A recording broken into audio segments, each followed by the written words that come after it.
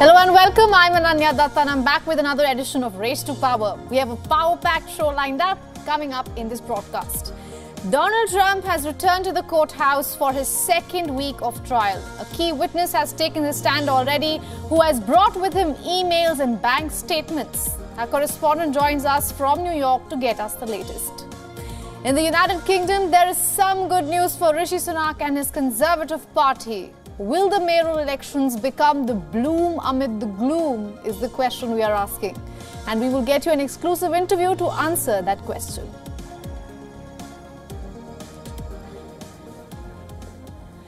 Donald Trump is back in the courtroom. The hush money criminal trial has resumed in New York. The former US president has been accused of falsifying documents to win the 2016 elections. He made a statement ahead of the trial. This is a disgraceful case. It's a disgrace to the New York state and city court system. And I'm going to go into the icebox now and sit for about 8 hours or 9 hours. I'd much rather be in Georgia. I'd much rather be in Florida. I'd much rather be in states that are in play, states that, I'd like to be able to campaign. Before the trial resumed, the judge found Trump in contempt for violating his gag order 9 times, and he has ordered him to pay $9,000 for criticizing. The judge also threatened incarceration if Trump willfully violates the gag order again. The trial has resumed with a prosecutor's witness, Gary Farrow. It is being said that he is familiar with the bank accounts involved in transactions with Trump. Farrow has not been accused of any wrongdoing. He spent about 15 years at First Republic Bank as a senior managing director. Farrow has already testified once on Friday last week. He explained that he inherited the bank's relationship with Michael Cohen. Cohen was Trump's lawyer at the time. He has been accused of helping Trump make the money transfer. Farrow claims that Cohen had multiple personal accounts at the bank. One of them was opened in October of 2016, a month before US presidential elections. This new account was used to pay the hush money to porn star Stormy Daniels. Now, let me put this into context. Trump had an affair with porn actress Daniels in the year 2006. To keep it a secret, Trump paid her a sum of $130,000 US. Now, this is not a crime in the United States. Trump has been accused of falsifying documents to hide this very transaction. Trump is facing about 34 counts of charges. If convicted, Trump could be sentenced to 4 years in prison. This criminal case is one of the 4 pending against Trump. He has been charged in Georgia and Washington for his efforts to overturn the 2020 election loss. In Florida, he will be questioned over his handling of classified documents upon leaving office. But the hush money case that is ongoing could be the only one to go to trial and also produce a verdict before this year's November election.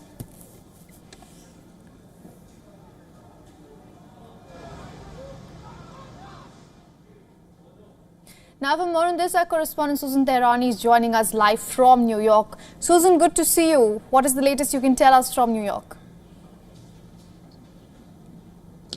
Yeah, as you mentioned, just about an hour or so ago, we got that breaking news that Judge Juan Merchan actually did find Donald Trump in contempt of court. Prosecutors said that he violated that gag order 10 times. Merchan went with 9 times. The controversy here is that gag order is also against his disgraced lawyer, who was once convicted and went to jail, Michael Cohen, as well. But the problem with that is Michael Cohen is making media appearances and campaigning against Trump. He's also making money off those interviews and going live on TikTok and whatnot. So that is going to be something, a point of contention moving forward about this gag order, where one side is essentially has to be silent, almost like a monk sitting in that courtroom for 9 hours or so, and others are free to do what they please. It's also important to note that it was sort of a carrot and stick situation with Judge Merchan and Donald Trump. He did agree for Donald Trump to take the day off on May 17th and go to his son Barron's graduation ceremony. But then on the other hand, of course, he was fined $9,000 as well, and the threat of incarceration for violating that gag order if he continues to do so. All right, Susan, thank you so much for getting us all those updates from New York.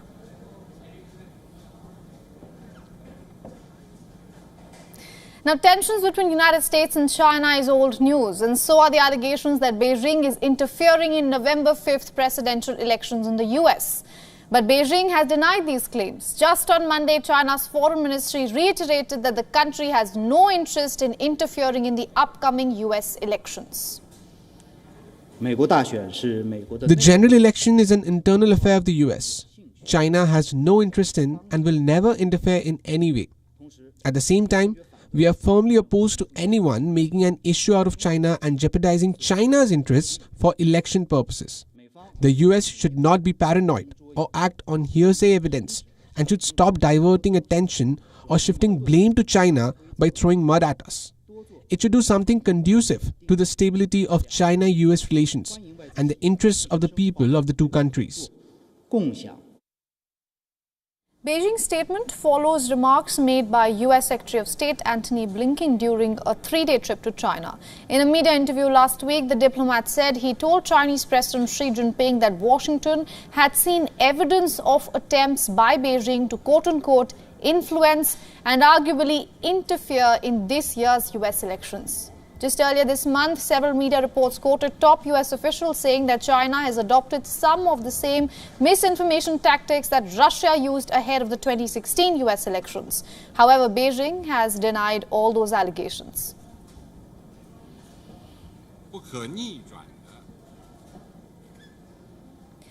Shifting focus now, Indian lawmaker from Karnataka, Prajwal Revanna, the grandson of former Prime Minister H.D. Devagowda, is in trouble over an alleged sex scandal. He has been suspended from his party, Janata Dal Secular. The development comes after a complaint was filed by his former domestic help, alleging the MP and his father, H.D. Revanna, of assaulting women at their homes. Now, Prajwal Revanna has denied the allegations. The complaint was filed after some video clips allegedly involving Prajwal sexually abusing women started making the rounds, just 3 days before the 26th April polls. These videos were allegedly being used to blackmail them into continuing to engage in sexual activities. Survivors in the video are said to be government employees, domestic help, and others from the unorganized sector. JDS Core Committee President said that the party has recommended the President to suspend him till the special investigations completed.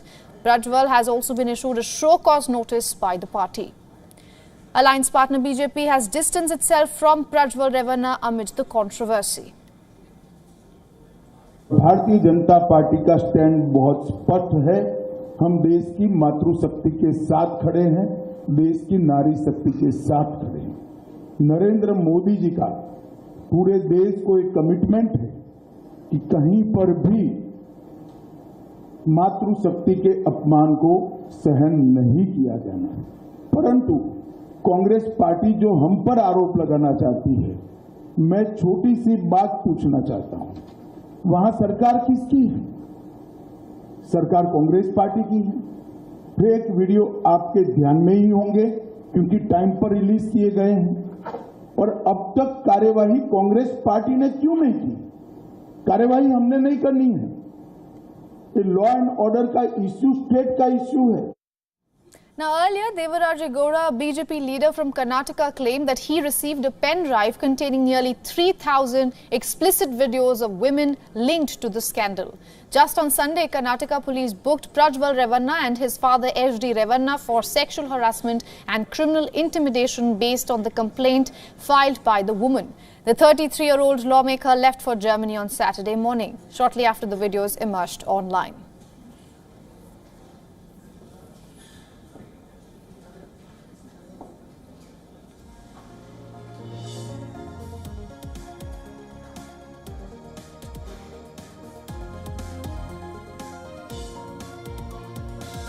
For weeks now, we have been talking about Rishi Sunak's dismal poll results ahead of elections in the United Kingdom. But things seem to be looking up for the Prime Minister ahead of crucial local polls that may determine if Sunak stays on as the candidate who leads the Tories for the impending general elections. Just on Thursday, several provinces in the UK will conduct a slew of local council elections and are voting for 12 metro mayors across the country. But all eyes are on two mayoral contests which may previously been a Conservative stronghold. West Midlands and Tees Valley. Now, the latest YouGov poll has put Conservatives' incumbent leaders in the lead in both these districts.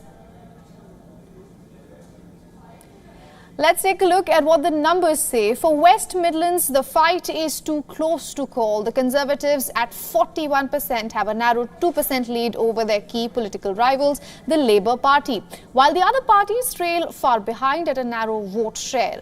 In Tees Valley now, another Tory stronghold, which is a critical battleground for Sunak's party, the Conservatives have a more comfortable lead in this region at 51%. The Labour Party trails at 44%, with the Liberal Democrats securing a meagre 5% share as per the poll results. Now coming to the reason why these elections are crucial for Rishi Sunak, reports say that the Prime Minister's critics within the party will pressure the Conservatives to sideline the Prime Minister as the party leader if they lose the mayoral polls and other local elections. Now remember, the Tories are already divided over Sunak's ability to lead them to a victory in the general elections, and national poll results have also been unfavourable for him.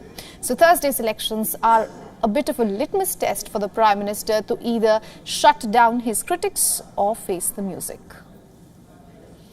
All the weak solution of all either side. Apart from the two regions we just spoke about, London will also be conducting mayoral polls, and an Indian-origin businessman, Tarun Ghulati, is looking to replace two-time London Mayor Sadiq Khan. WION spoke to Mr. Ghulati ahead of the elections on Thursday. Here's what the mayoral candidate had to say about UK's economic state and simmering crisis.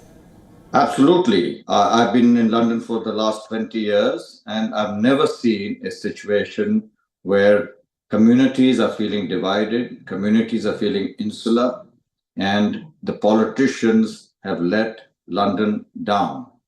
Basically, as you know, there's a war ongoing in Gaza as we speak. There are children suffering, there are women suffering. I strongly believe this genocide and carnage needs to stop. And I'm not looking for a temporary ceasefire or permanent ceasefire. This war needs to stop.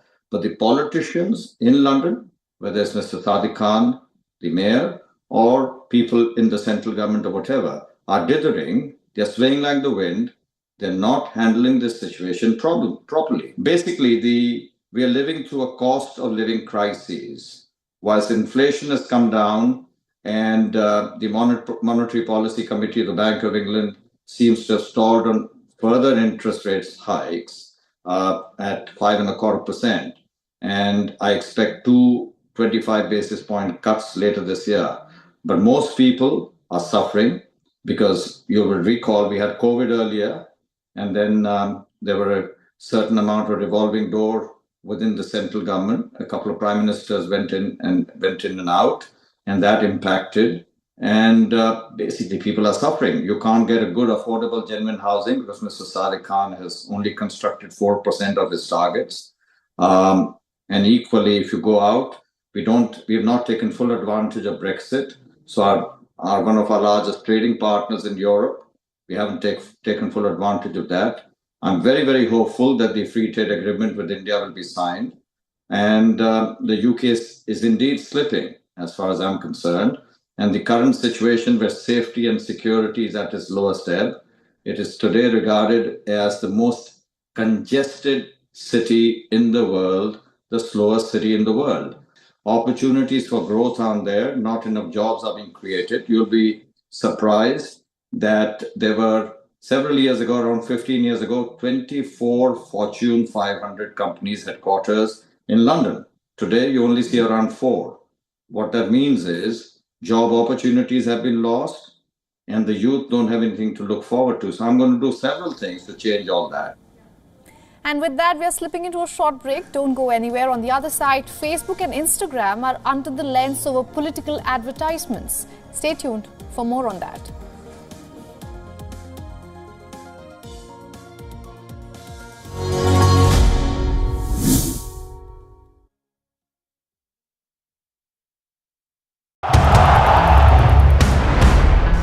Everyone loves a contest.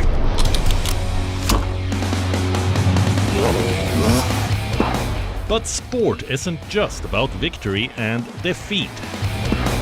When the GOATs in sport speak, you hear it first on WION. You have to play good cricket over a period of time. I should push myself right out of the damn tournament. We go beyond the stats. Our stories are quoted the world over. At WION, sport is part of our DNA. Come, join us on this journey. Weekdays 6:30 p.m. IST, 1 p.m. GMT. WION Health Resort is unique, the only one of its kind. Experience the 4 paths of natural wellness: yoga, Ayurveda, acupuncture, and naturopathy. Each uniquely customized program improves the whole person to make every person whole. Come to WION Health Resort. Make your reservation at yowon.com.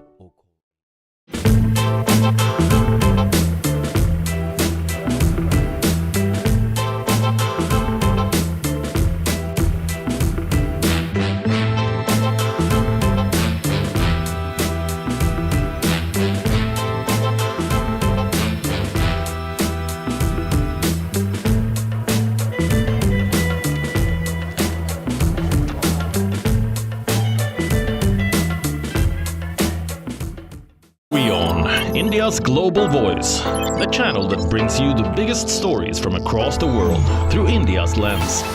Now available in more than 190 countries worldwide. Because we believe that the world is one. Watch us in Africa, Europe, USA and Canada, South America, Asia Pacific, Middle East and North African regions. Also available on these digital platforms across the world. WION. World is one.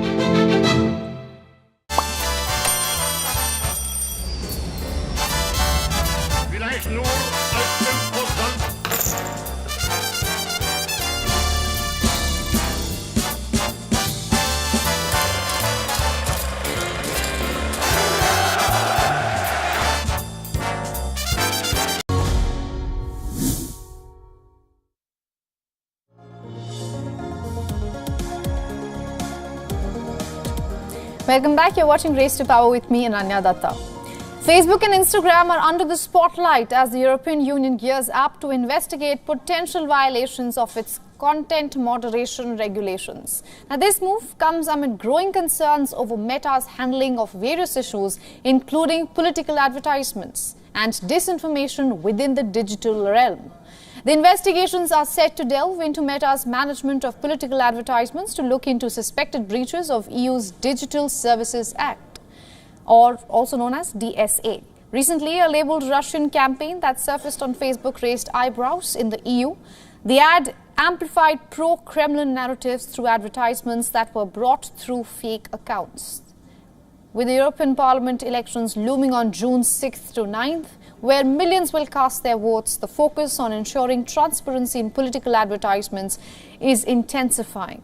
EU governments are worried about a surge in Russian meddling that could sway voters' opinions during the elections. Just last month, the EU pressed Meta for details on various fronts, from algorithms and deepfakes to its new ad-free subscription model and account visibility policies. In response, Meta said it looks forward to collaborations with the European Commission. A statement by the tech giant said, and I'm quoting, "We look forward to continuing our cooperation with the European Commission and providing them with further details of this work." Now, if found guilty, Meta could face fines up to 6% of its global annual turnover. This action is part of the EU's efforts to regulate big tech amid fears of disinformation undermining democracy ahead of the upcoming elections. In a statement regarding formal proceedings against Meta, European Commission President Ursula von der Leyen said, and I'm quoting her, "The Commission has created means to protect European citizens from targeted disinformation and manipulation by third countries. If we suspect a violation of the rules, we act. This is true at all times, but especially in times of democratic elections." According to reports, Meta will have 5 working days to respond to the Commission's concerns or face measures under the DSA.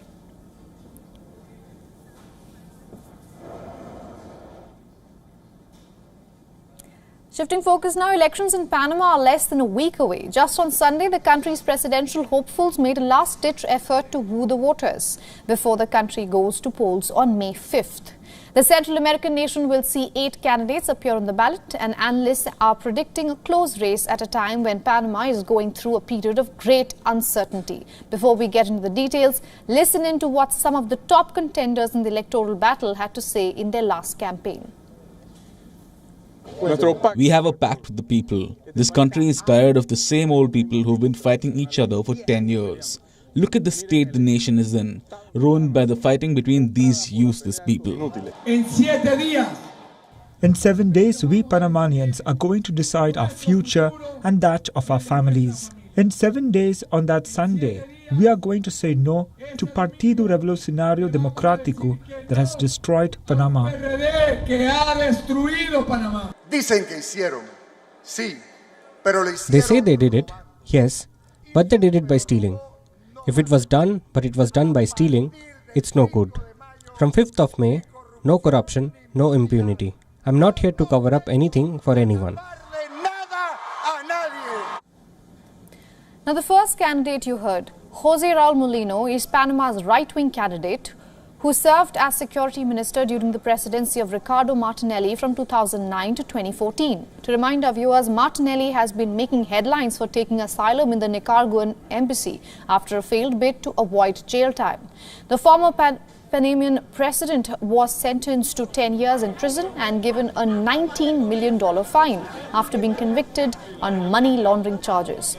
After the court found the 71-year-old business tycoon guilty of using stolen public money to buy a stake in a publishing house, Panama's electoral tribunal annulled his candidacy in March. While Martinelli has denied all allegations, the millionaire businessman has been investigated for multiple corruption scandals since he left office.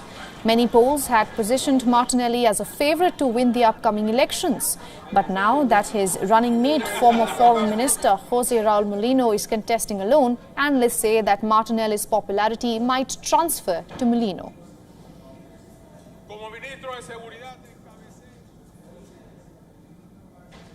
Togo, a lesser-known West African country, has conducted elections and counting is currently underway. Voting in Togo's legislative elections concluded late Monday. Voters cast their ballots to elect 113 lawmakers and also for the first time ever choose 179 regional deputies from the country's 5 districts.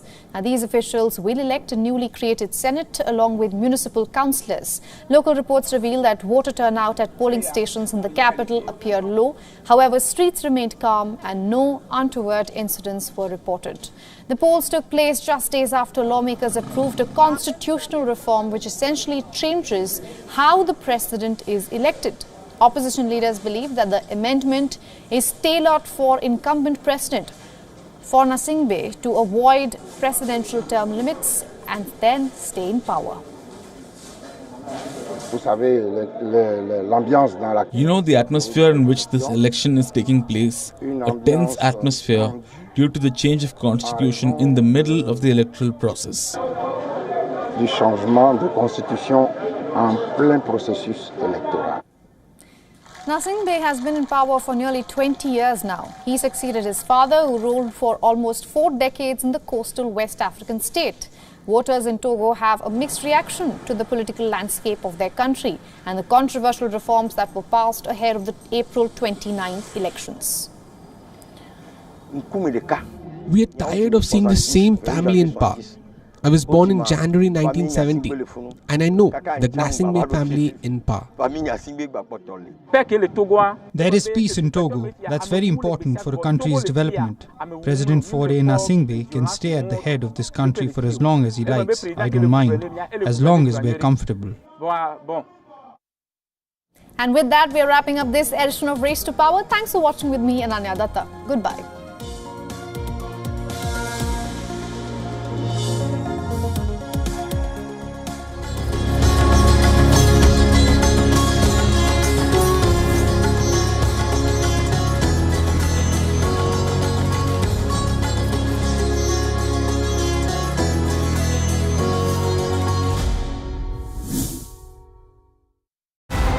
the biggest democratic exercise on the planet ever.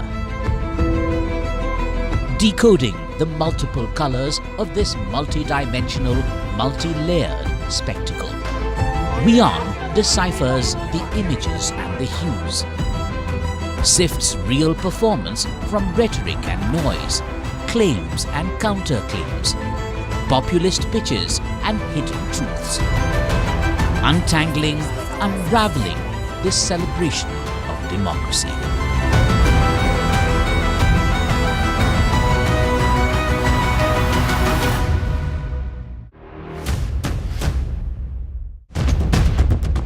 Economic turmoil and global unrest have cast a shadow over President Joe Biden's approval ratings. The rockets are continuing to be fired by Hamas in Gaza, although at a slower rate than previously. So, right now, we are with the volunteers from the Aleppo municipality. They are still trying to go to the rescue for the people they can find out. India has emerged as a major diplomatic force at the world stage. The rising cost of living in Nigeria continues to impact citizens from all walks of life. The citizens of Gujarat witnessed a mega roadshow here in the city of Ahmedabad.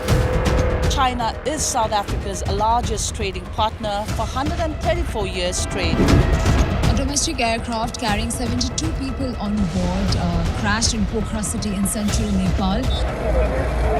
165 injuries have been moved. 61 people are confirmed dead and rescue operations continue around me. After receiving an entire season's rainfall in a span of 48 hours, Chennai city has literally been brought to its knees. For WION, World is One.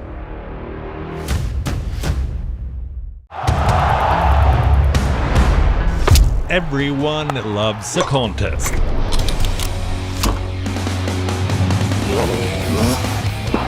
But sport isn't just about victory and defeat.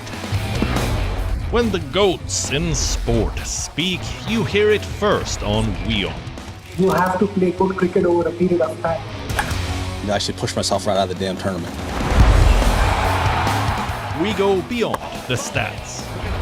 Our stories are quoted the world over. At WION, sport is part of our DNA. Come, join us on this journey. Weekdays 6:30 p.m. IST, 1 p.m. GMT.